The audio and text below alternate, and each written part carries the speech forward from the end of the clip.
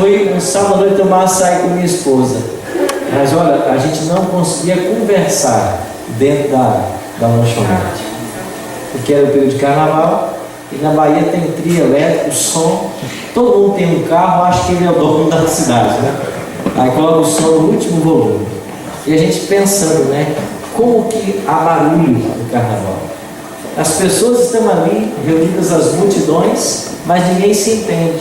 Ninguém consegue conversar, porque o barulho é enorme. E infelizmente, às vezes, dentro de até igrejas, há um barulho tão grande que a voz de Deus não pode ser ouvida.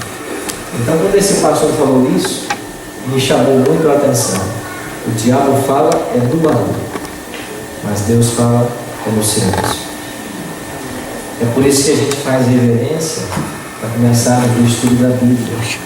Toda vez que esse livro é aberto, é Deus nos falando. E que bom que você veio.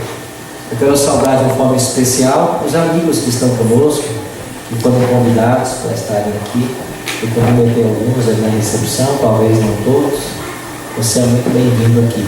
Sinta-se bem em nosso meio. Essa é a sua casa. Feche seus olhos, vamos orar?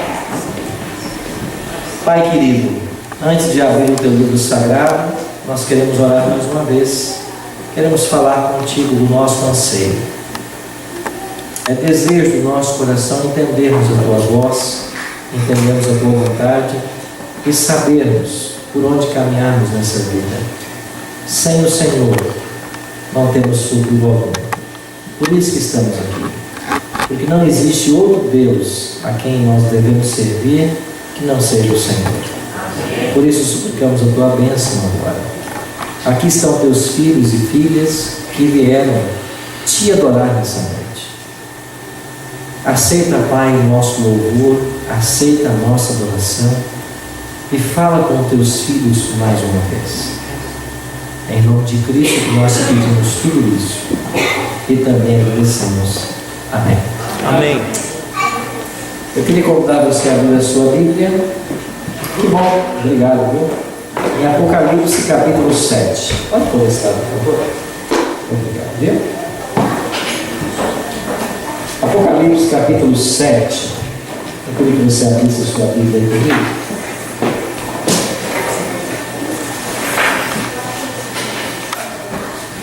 Ontem nós estudamos um pouquinho, quem não esteve na programação, a respeito da abertura dos 7 selos. E ontem, estudando os capítulos 5 e 6, nós descobrimos de que 6 selos já foram abertos na história. Falta apenas um selo ser aberto. É interessante que o capítulo 6 de Apocalipse, ele apresenta aí a abertura do primeiro selo, do segundo, do terceiro, e nós vamos até o verso 12, o 6º selo sendo aberto. Mas quando você quer encontrar o último selo, que é o 7º, você precisa ir para o capítulo 8. E lá no verso 1, tem aí a abertura, né, ou o 7º selo. Então, entre a abertura do 6º e do 7º selo, você tem aí o capítulo 7. Então, esse capítulo foi colocado nessa posição, não é por à toa. O capítulo 6 termina com uma pergunta. Olha o verso 17. Porque chegou o grande dia da ira deles, e quem é que pode suster-se? Essa pergunta merece uma resposta.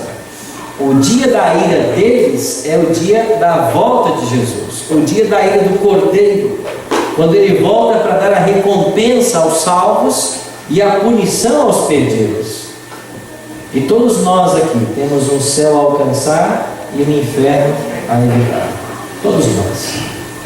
Então, o capítulo 6 termina com uma pergunta: quem é que vai ficar de pé no dia da volta do Cordeiro? E antes que se abra o 7º selo, que é a volta dele, o capítulo 7 responde: os 144 mil. Então ele foi colocado nessa posição para responder a pergunta que foi formulada: quem é que vai estar pronto para a volta de Jesus? Os 144 mil. Então esse grupo é um grupo especial. Então, antes de abrir-se o 7º selo, antes que Jesus volte, ele interrompe a profecia para descrever quem é que vai fazer parte do grupo de salvos. E eu vou antecipar uma informação para vocês. Se eu e você estivermos vivos no dia da volta de Jesus e salvos, impreterivelmente, nós pertenceremos a esse grupo. Amém. É por isso que é tão importante estudar esse tema. É um tema que tem levantado muitas questões, muitas visões diferentes. E eu vou apresentar uma visão para vocês. Não pretendo com isso ser a última palavra no assunto, mas eu queria apresentar para vocês fruto daquilo que nós temos estudado recentemente.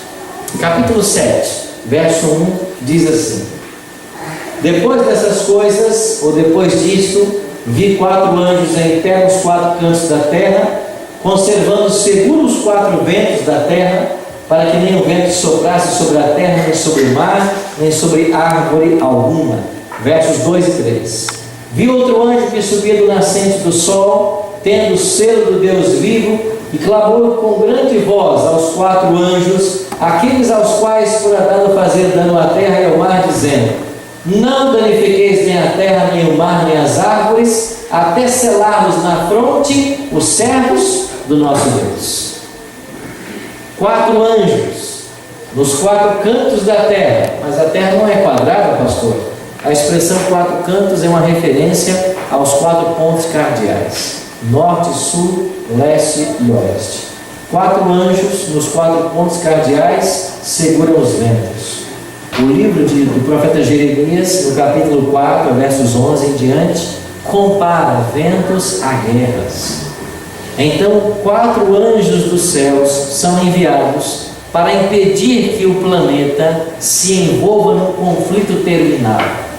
E esses 4 anjos estão impedindo esses movimentos bélicos até que algo aconteça, até que sejam selados na fronte os servos do nosso Deus. Então é o capítulo 7 do Apocalipse que introduz o tema o selamento. Então o povo de Deus, as pessoas que serão salvas, elas precisam receber um selo. O Apocalipse diz o selo de Deus. Amanhã pela manhã nós vamos estudar sobre Apocalipse 13. E você vai descobrir amanhã cedo de que há um outro selo no Apocalipse, que não é o selo de Deus, é o selo da besta.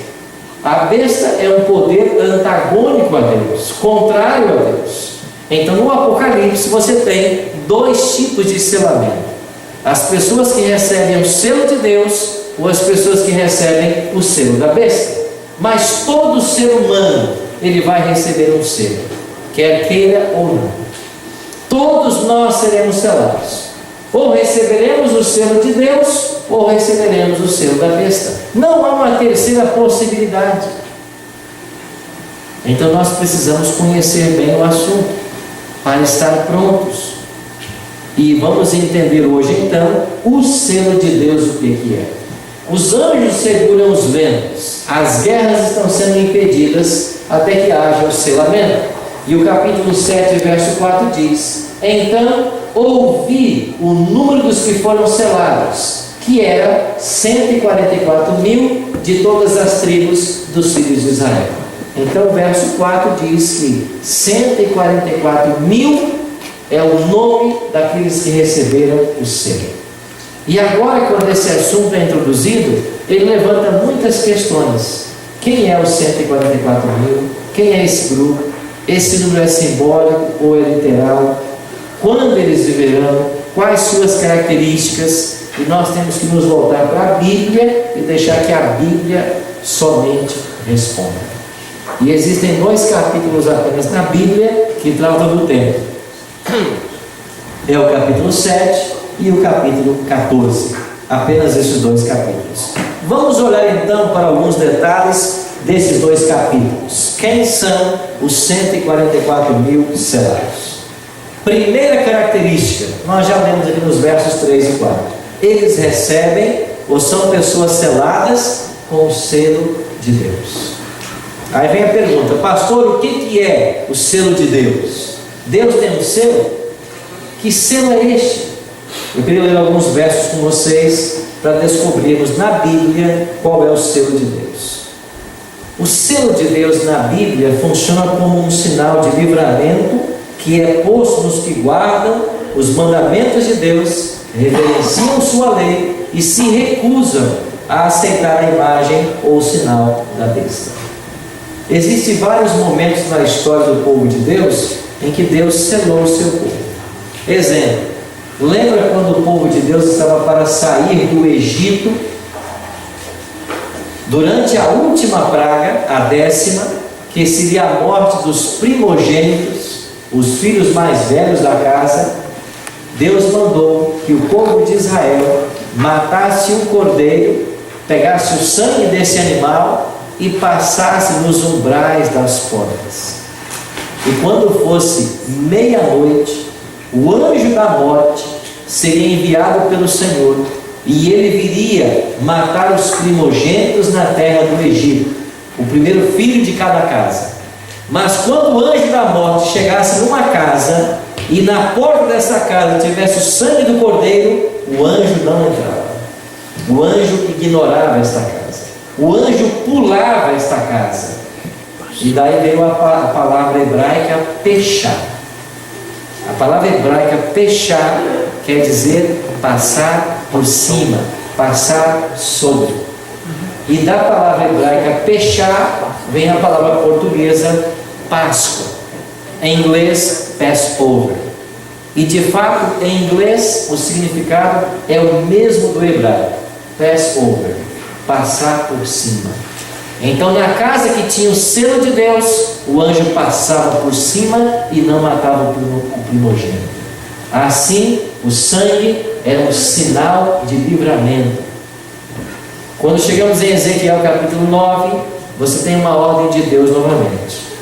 Deus dá uma ordem para que um homem passe pela cidade de Jerusalém e marque com um sinal na testa os justos que lá vinham. E depois que os justos foram assinalados na testa, viria o anjo da morte, trazendo após si a destruição. Ezequiel 9 não é uma visão, é uma visão e não é um fato literal. Não se cumpriu literalmente, mas foi uma visão que o profeta teve a respeito do selamento. E esse selo não era visível, assim como no Apocalipse.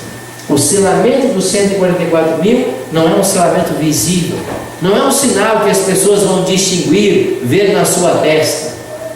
Aqui a expressão testa ou fronte está sendo usada como um símbolo de aceitação, de consciência, de escolha.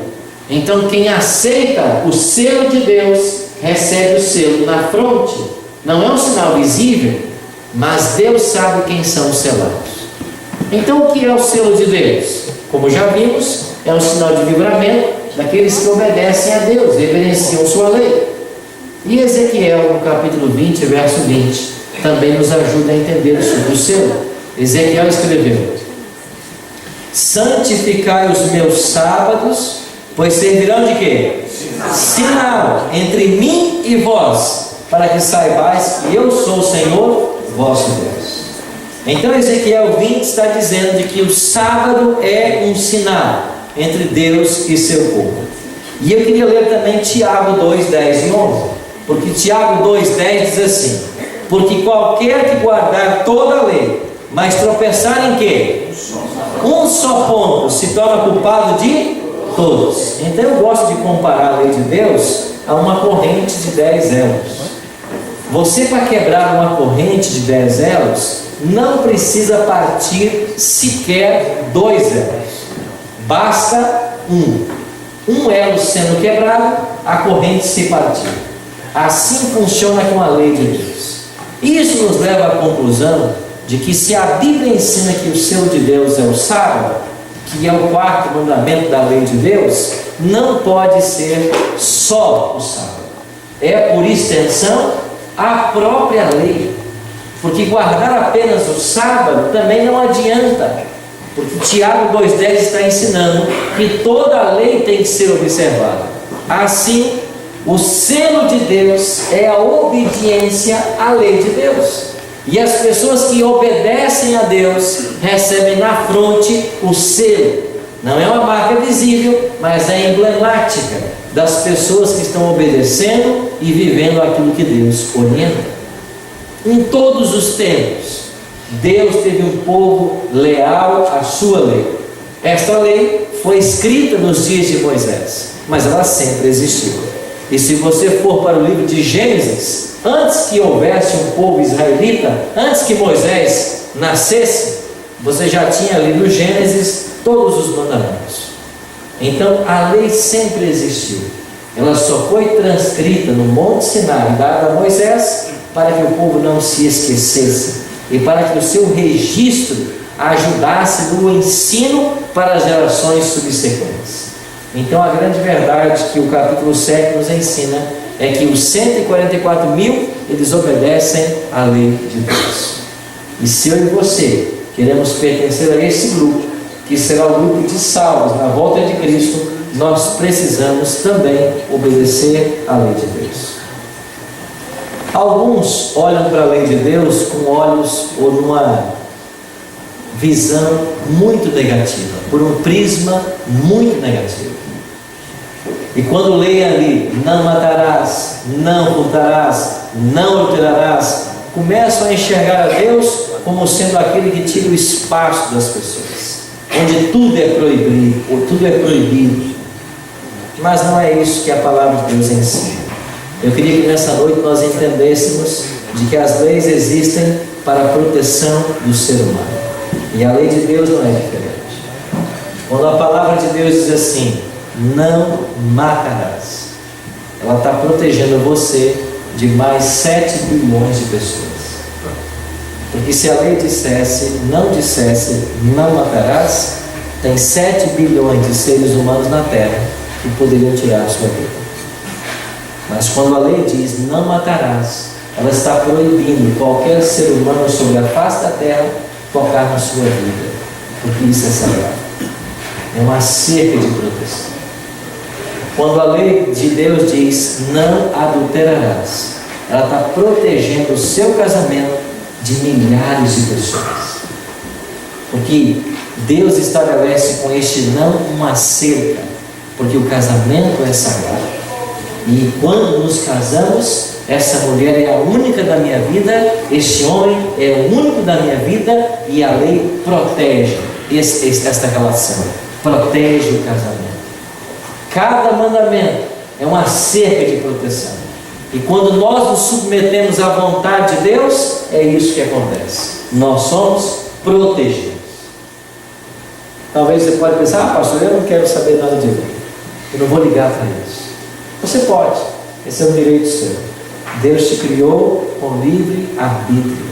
Você pode escolher fazer o que você quiser da sua vida, e Deus respeita isso. Agora, quando Deus deu sua lei, Ele queria dar para nós um caminho da felicidade, porque Ele sabe como o ser humano funciona. Deixa eu perguntar para você uma coisa. Suponhamos que você conseguiu, depois de muito esforço, comprar o carro dos seus sonhos. E aí você tira da concessionária o carro dos seus sonhos, um carro zero. Quando você compra um carro zero, ele não vem com um tanque cheio, geralmente. E a primeira coisa que você faz é parar um posto de gasolina para abastecer. Vamos supor que o seu carro seja um carro classe, a gasolina, o álcool. E você para num posto, aqui não tem nem frentista, né? Vamos pensar no frentista. Aqui alguns postos tem. Vamos pensar no posto que tem frentista.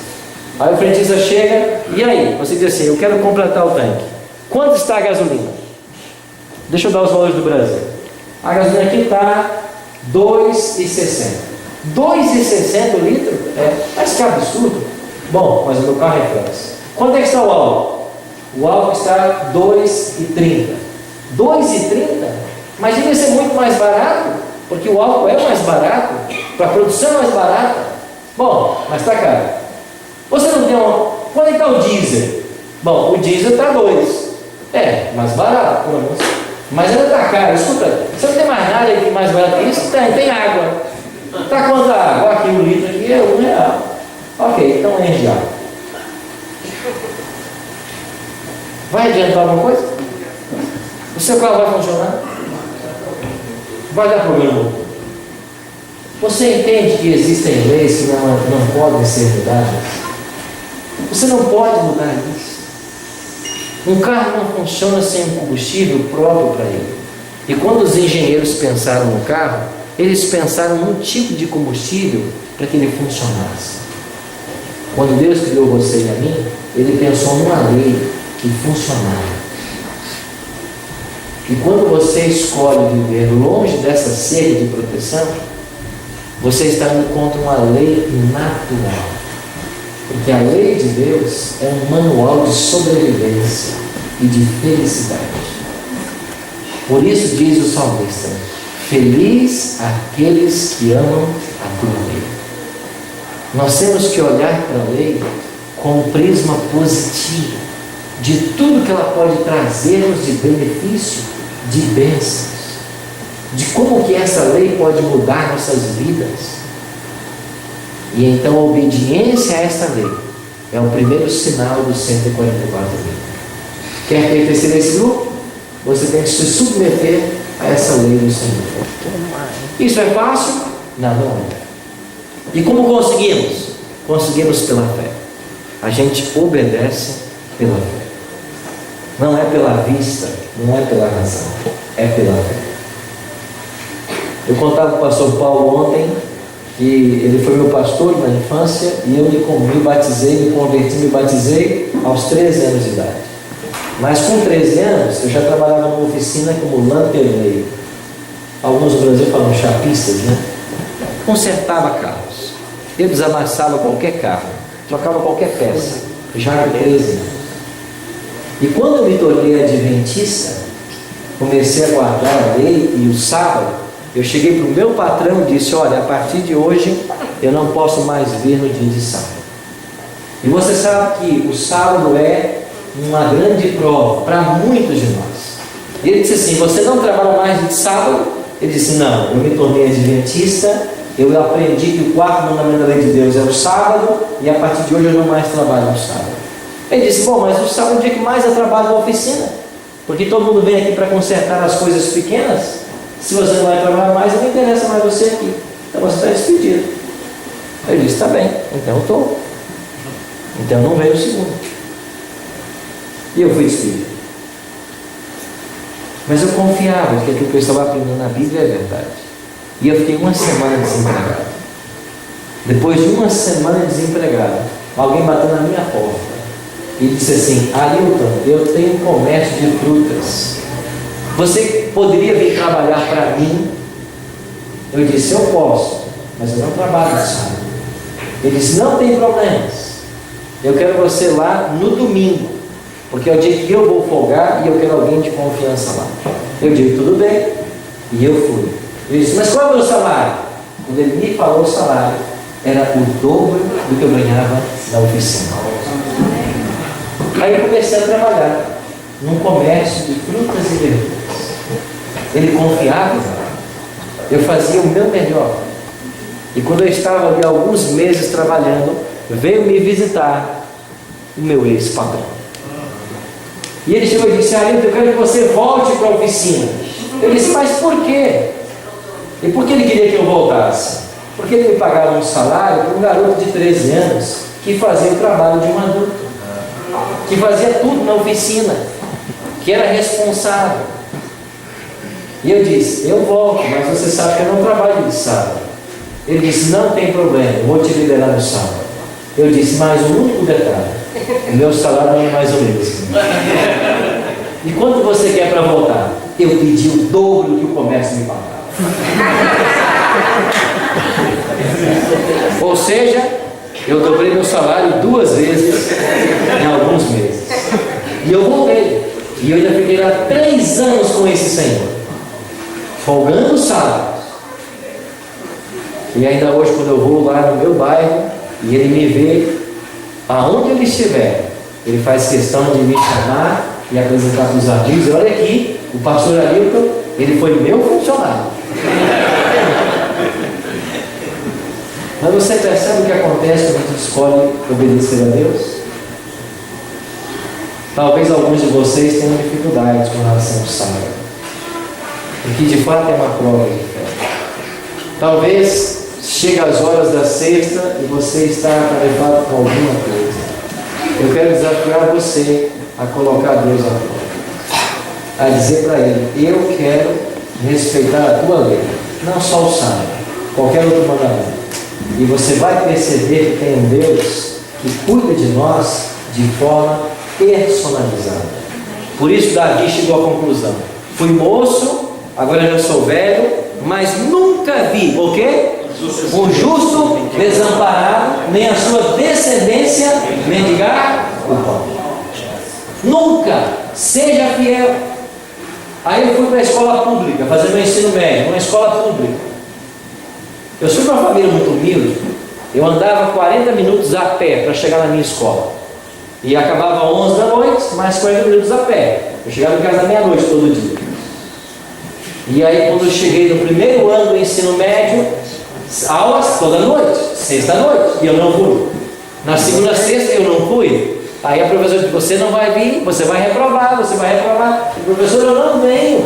Eu sou adventista, eu guardo sábado. Se você não vier todas as sextas, você vai ser reprovado.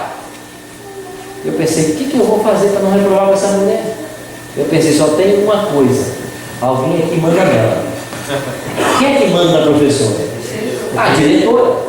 Aí eu me aproximei da diretora e disse: diretora, a gente não podia fazer aqui uma hora um seminário com uma matéria extra classe para esses alunos? Que ideia legal, o que seria o tema? Vamos falar sobre família.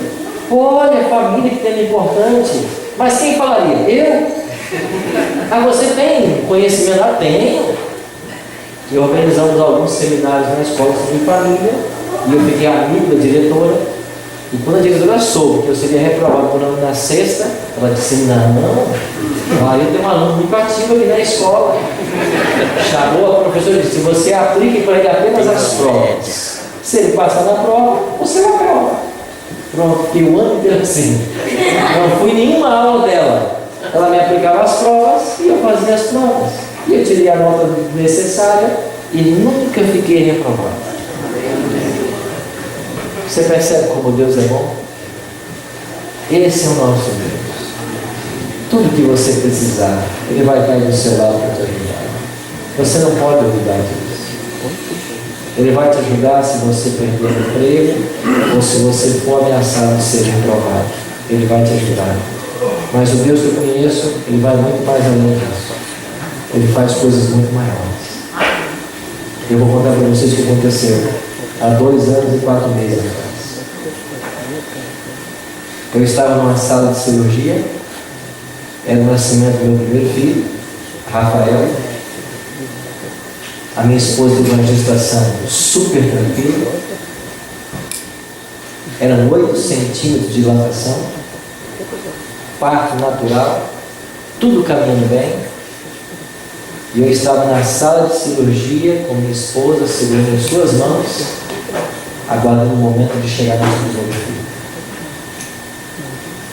Por um erro médico, eles aplicaram nela uma anestesia que não deveria ser aplicada.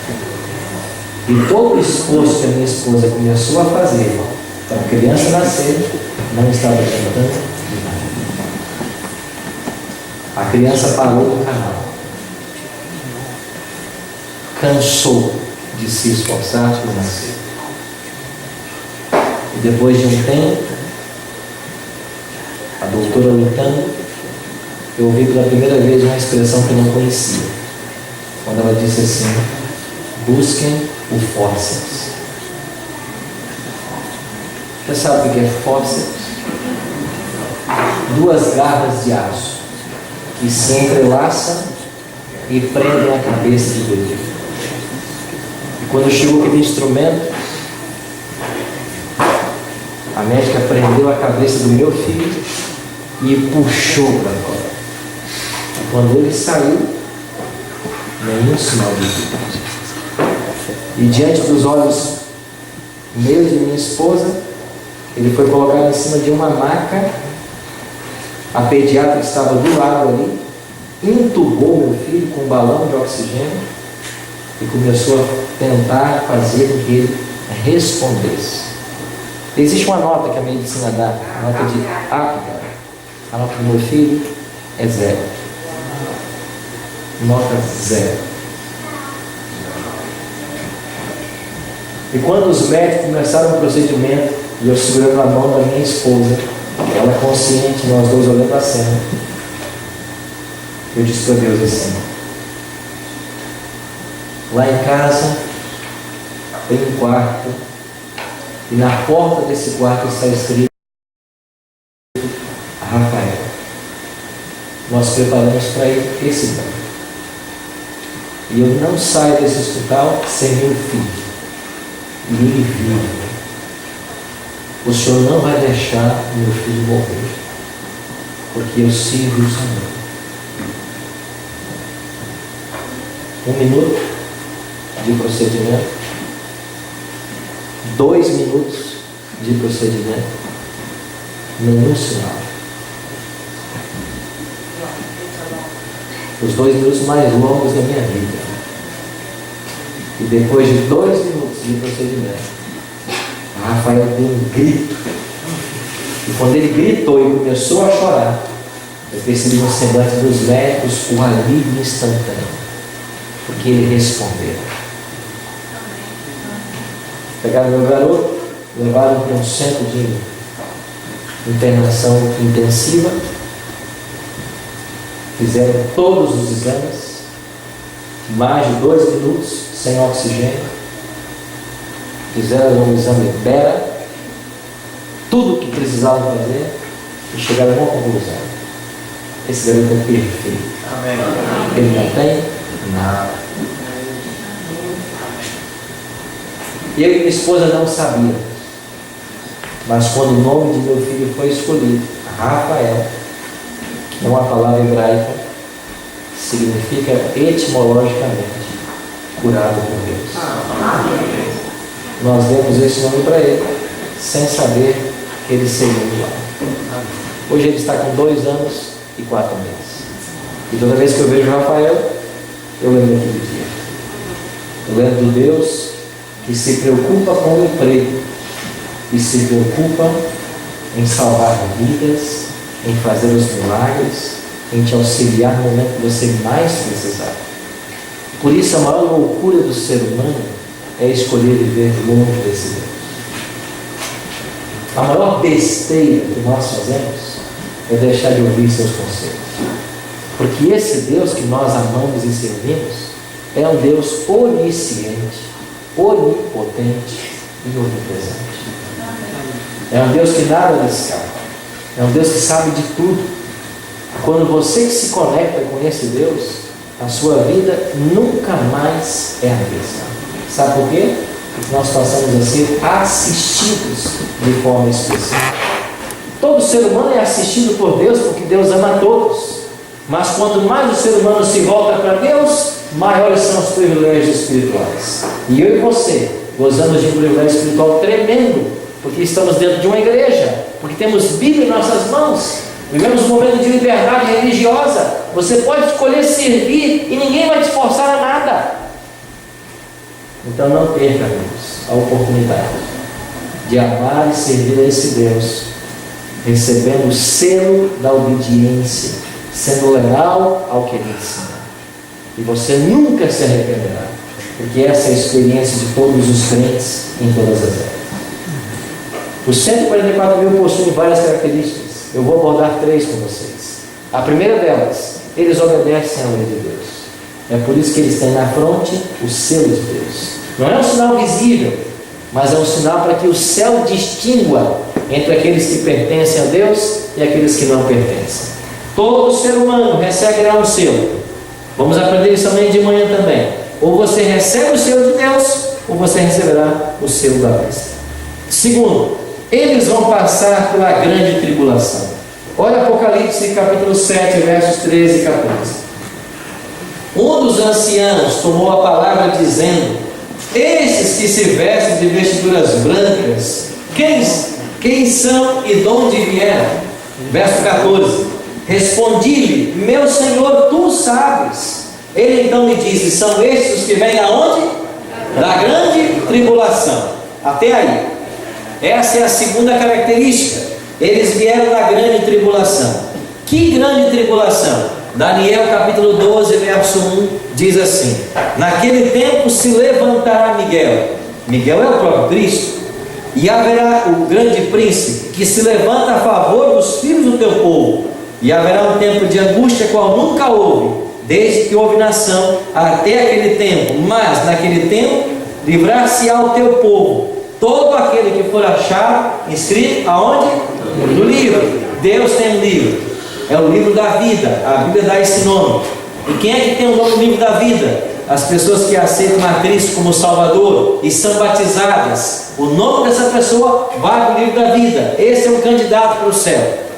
Então 144 mil, eles passarão pela grande tribulação. E Daniel diz que essa grande tribulação, ela começa quando Miguel se levantar.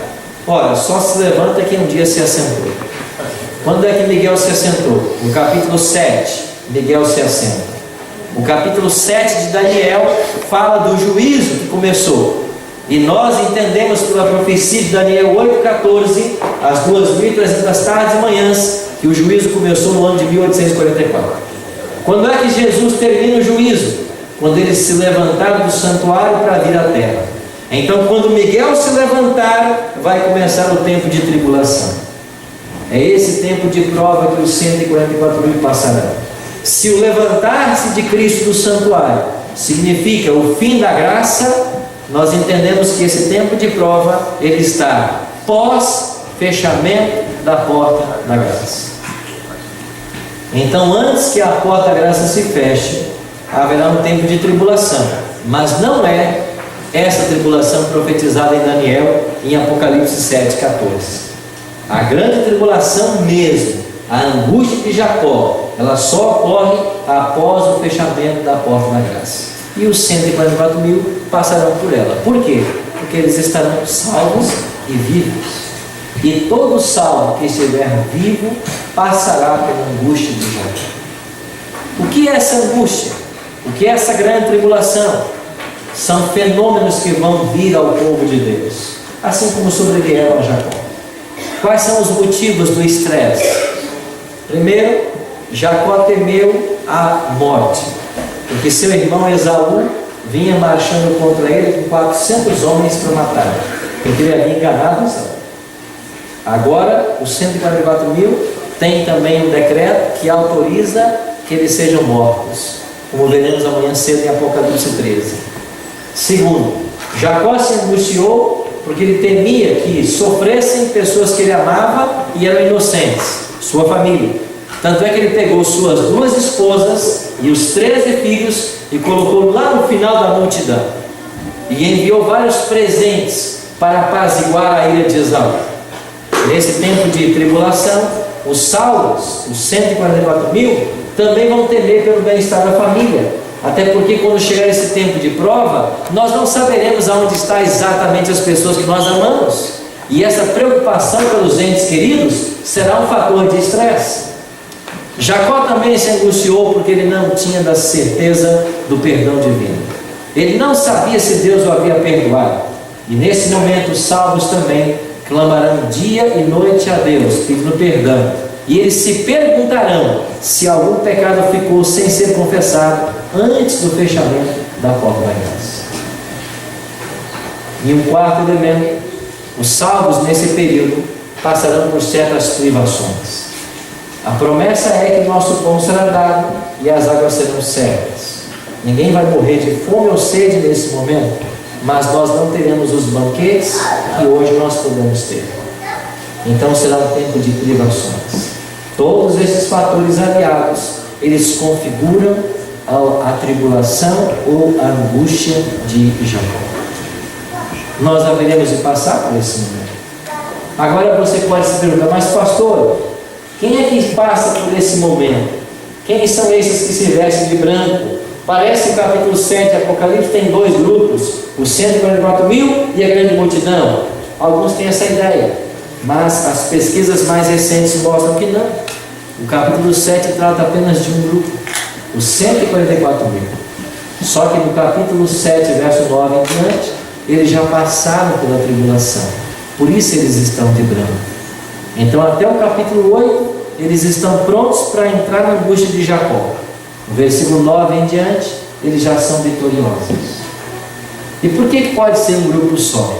A resposta pode estar no versículo 4 e no verso 9. No versículo 4 é dito de que João ouviu o número dos que foram selados. Ele não vê ninguém nesse momento, ele simplesmente ouve. Mas no verso 9, quando ele olha, ele vê uma grande multidão. Quem é essa grande multidão? É o mesmo 144 mil que ele viu, ouviu, sendo selado. Ele ouve, depois ele vê. Então você tem no capítulo 7, os 144 mil em dois momentos. Antes de entrar na angústia, e de brancos, o que passaram pela angústia. E para meu e seu conforto, nenhum salvo vai morrer no tempo da angústia de Jacó. Porque fechada a porta da graça, os salvos não mais morrem. Ainda que não saibam que eles estão salvos. E assim como Jacó se angustiou, porque não tinha certeza do perdão, os 144 mil se angustiarão, pensando se algum pecado não foi confessado. E eles também não têm a certeza de salvação. É por isso que existe angústia. Mas essa certeza virá quando terminar esse tempo de angústia. E quando é que termina o tempo de angústia? Quando ouvirmos a voz de Jesus, declarando o dia e a hora da sua vida. Quando nós ouvimos essa voz, declarando o dia e a hora da sua volta, aqueles que ouvirem saberão que eles pertencem aos 144 mil. E uma glória maravilhosa tomará conta de todos nós. Por isso, amigos, nós levamos então agora a uma outra questão. Qual é a terceira característica desse grupo? Aqui no mesmo versículo 14 é apresentado. Eles passaram pela grande tribulação e eles lavaram suas vestes e as branquejaram no sangue do Cordeiro. Essa é a terceira característica desse grupo. As vestes foram lavadas no sangue do Cordeiro. O que significa isso? João ajuda a explicar. Mas se andarmos na luz, como ele na luz está, temos comunhão uns com os outros, e o sangue de quem? Jesus Cristo, seu Filho, faz o quê? Nos purifica de todo pecado. Ter a veste lavada é ter a nossa justiça sendo rejeitada e substituída pela justiça de Cristo. Tendo perdão dos pecados, tendo o caráter lavado pelo sangue de Cristo, e as obras que Jesus realizou são-nos imputadas no juízo, e nós somos considerados pessoas santas e perfeitas pela justiça de Cristo. Essa é a terceira característica desse grupo tão especial. Serão simbólicos ou literais? Três coisas para nós ponderarmos. E eu acredito que esse número 144 mil seja um número simbólico. Por quê? Primeiro, porque lá diz que são 12 mil de cada tribo de Israel. E eu pergunto, tem aqui algum descendente, algum israelita nessa noite?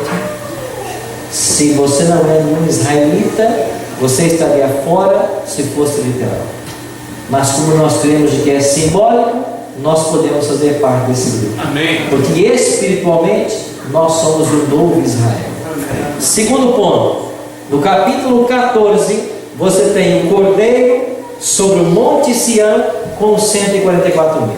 Isso é simbólico ou é literal? Se for literal, é um cordeirinho, um animal, lá no Monte Sião, onde está hoje o domo da rocha, com 144 mil literais. É isso que João está vendo? Ou ele está falando de Cristo no céu com os salvos? É isso. Então isso nos leva a mesma conclusão. 144 mil é um número simbólico. E finalmente, nós sabemos pela palavra de Cristo de que milhares se converterão à hora undécima. Quando o Evangelho for pregado a todo mundo, no poder da chuva serôdia, como veremos amanhã à noite, quando as 3 mensagens angélicas atingirem o mundo inteiro, milhares se converterão. E hoje, se a igreja trabalha e luta para batizar pessoas, naquele dia, milhares entrarão, milhares virão, e nós pastores não daremos conta, e os membros terão que batizar.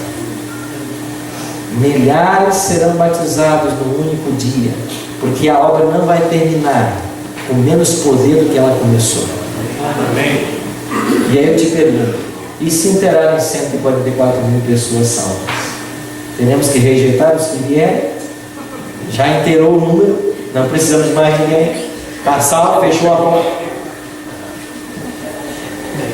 Então aqueles que creem no literalismo têm nesse terceiro ponto outro problema. Em que milhares se converterão, a hora inversa.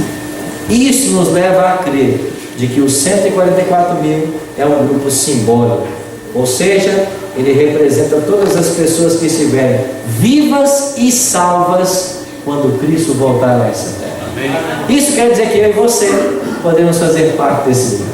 E se fizermos o que ensina Apocalipse 14, lá é dito de que esse grupo será uma comitiva especial do Cordeiro, e eles estarão com o Cordeiro por onde quer que ele for. Ou seja, por onde quer que Jesus for no universo, nós estaremos com ele, porque seremos uma comitiva especial de Cristo.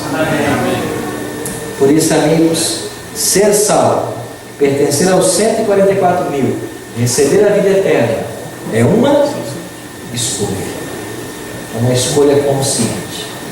E todas as pessoas sinceras de coração, que estão buscando conhecer e praticar a vontade de Deus, elas conhecerão a vontade e serão abençoadas.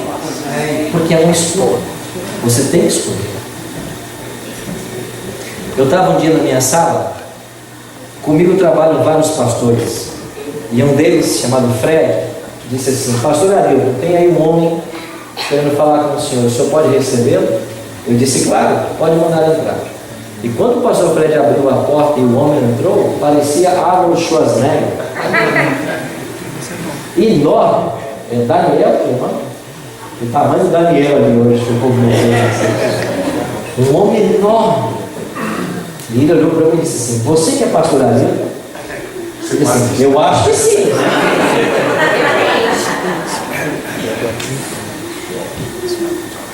Eu vim aqui só com uma pergunta para o senhor. Você acredita em tudo que você prega? Vocês acreditam em tudo que vocês pregam na TV Novo Tempo? Ou vocês são pagos para ensinar? Eu disse: não, aqui ninguém é pago para ensinar. Nós acreditamos no que pregamos.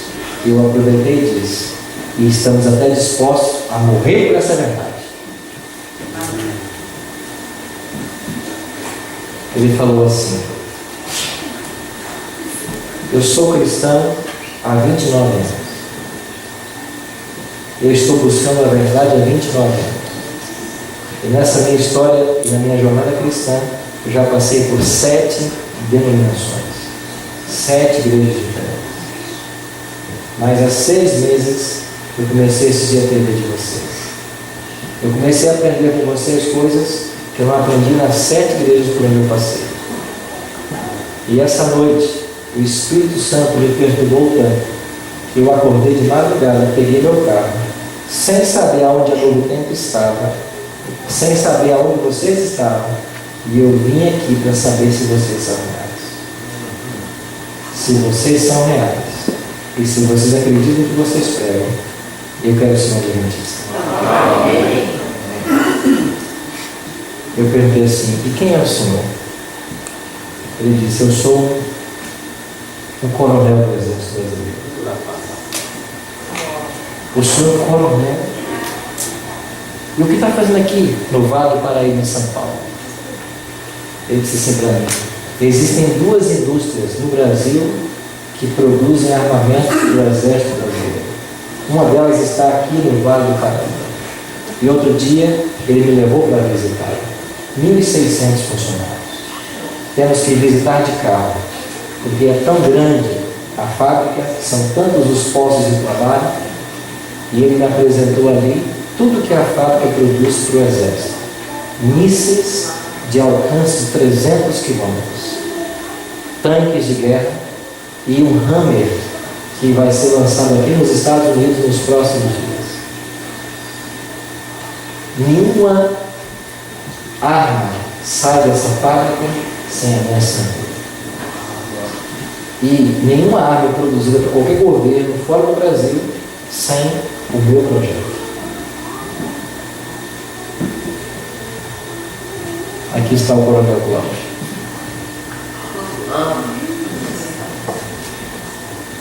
Foi batizado e hoje ele se assenta nos bancos de nossa igreja e é uma pessoa sincera, está esperando a volta do Senhor. E sabe o que ele me disse outro dia? Ele disse: pastor, eu sirvo o exército há 35 anos. Eu me logo todos os dias no sistema de segurança do exército brasileiro. Mas semana passada aconteceu algo que nunca eu havia percebido. Quando eu fui me logar, o sistema perguntou assim: qual é a sua religião? E enquanto eu não escolhi uma religião das que estavam ali, ele não deixou eu logar no sistema. Agora todos sabem que eu sou adventista. Você acha que as coisas estão acontecendo por acaso em nosso planeta? Longe dos olhos humanos, existem forças do bem e do mal trabalhando, porque o fim se aproxima. E pessoas sinceras como o Coronel Cláudio, como muitos que estão nessa noite aqui, muitos que moram aqui nessa região, o Espírito Santo está trabalhando com essas pessoas. E nós temos que nos preparar para alcançá-las e para recebê-las. Eu e você temos um grande desafio. Porque se nós estivermos vivos impreterivelmente, nós pertenceremos aos 144 anos. Mas há uma característica muito especial e distinta que o Apocalipse 14 apresenta e que eu não tratei no século. Lá diz, primeiro, eles não se contaminaram com mulheres, ou seja, quando eles abraçaram a verdade, eles não trocaram essa verdade pela mentira e nem saíram da igreja verdadeira. Eles não se contaminaram. E lá diz mais um detalhe: não se achou mácula na sua boca, mentira na sua boca. O padrão que Deus tem para mim e para você é um padrão elevado. Mas todas as vezes que você se submete a esse padrão, e pela graça de Cristo, sem nenhum mérito humano, você busca alcançar isso, você vai para um estágio superior. Só que Cristo é o nosso modelo. Mas ele é um modelo tão perfeito, quando você se aproxima dele, ele se projeta para mais longe. Você se aproxima dele, ele se projeta para mais longe. Ele sempre é o nosso modelo. E nós temos que caminhar sem olhar para ele. Por isso, amigos, não é tempo mais de brincarmos de religião. É tempo de levarmos a sério aquilo que nós ensinamos na igreja, aquilo que nós aprendemos aqui. É tempo de viver esse cristianismo, sabe por quê? Porque está chegando o dia em que a minha fé e a sua será provada. E só vai passar no crisol aqueles que hoje estão desenvolvendo uma experiência pessoal em Jesus Cristo. Ela não é coletiva, ela é pessoal. Quem é Jesus para você? Ela é pessoal. Quem é Jesus para você? Não é para o seu esposo, não é para os seus filhos, não é para a sua família. Porque finalmente, salvação é individual. Mas qual é a boa alegria? Todo o céu está do seu lado. Essa é a boa notícia. Todo o céu está do seu lado. E tudo o que precisava fazer para a sua salvação já foi feito na cruz do Calvário. Você precisa só dizer sim. Yes. Salvação é fácil ou é difícil? As duas coisas. Salvação é muito difícil se você é uma das 99 ovelhas. Mas salvação é muito fácil se você é o guerreiro. Quem é você na história? Se você é o ovelha perdida, salvação é muito fácil. Porque a Deus não fez nada a não ser balinha. O pastor foi lá. O pastor tirou-a do abismo, curou suas feridas, colocou nos ombros e levou para casa. O bom pastor está vindo para nos levar para casa. Amém. Então, se você é a ovelha perdida, fique tranquilo. Agora, se você se sente justo, se você acha que você é uma ovelha boa para obedecer a Deus, se você acha que praticando as suas obras você pode se salvar, você está entre as 99. aí salvação é muito difícil. Por isso, salvação se resume numa palavra: entrega. Entrega. Eu me entrego, eu confio e tudo é bom. Vamos ouvir uma música? Enquanto ouvimos essa música, eu queria que você pensasse. O selamento já começou. Deus está assinalando o seu povo. E amanhã cedo vamos descobrir que daqui a pouquinho vai chegar o selo da besta. E a vantagem nossa é que ele começa aqui.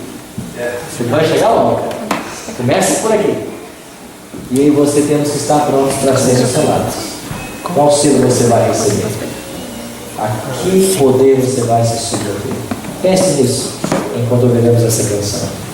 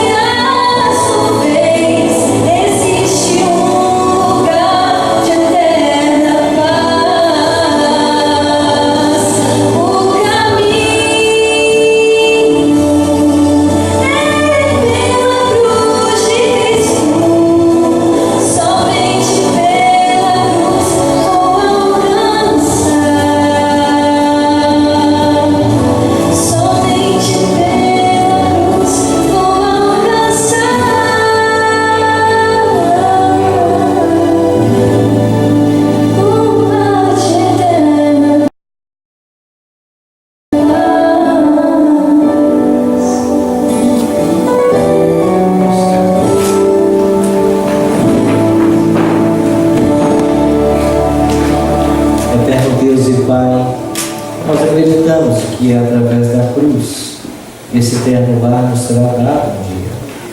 Nós confiamos na Tua graça, nós confiamos no Teu amor. E como é bom sabermos nessa noite que os Teus olhos pousam sobre todos nós aqui. Nenhuma lágrima derramada que o Senhor não veja, nenhuma dor sentida que o Senhor não sinta primeiro. Por isso, bom Deus, queremos entregar-te nosso coração e te declarar que queremos ser fiéis ao Senhor. Queremos te amar e te servir, para que quando tu voltares a essa terra, possamos estar prontos para ir morar contigo. Abençoe a tua igreja aqui reunida e despeça-nos agora com o teu Espírito Santo. Leva-nos em nossos lares, dê-nos uma boa noite de repouso e amanhã traga-nos mais uma vez aqui para aprendermos mais a tua palavra. É a nossa oração, em nome e por amor de Jesus. Amém.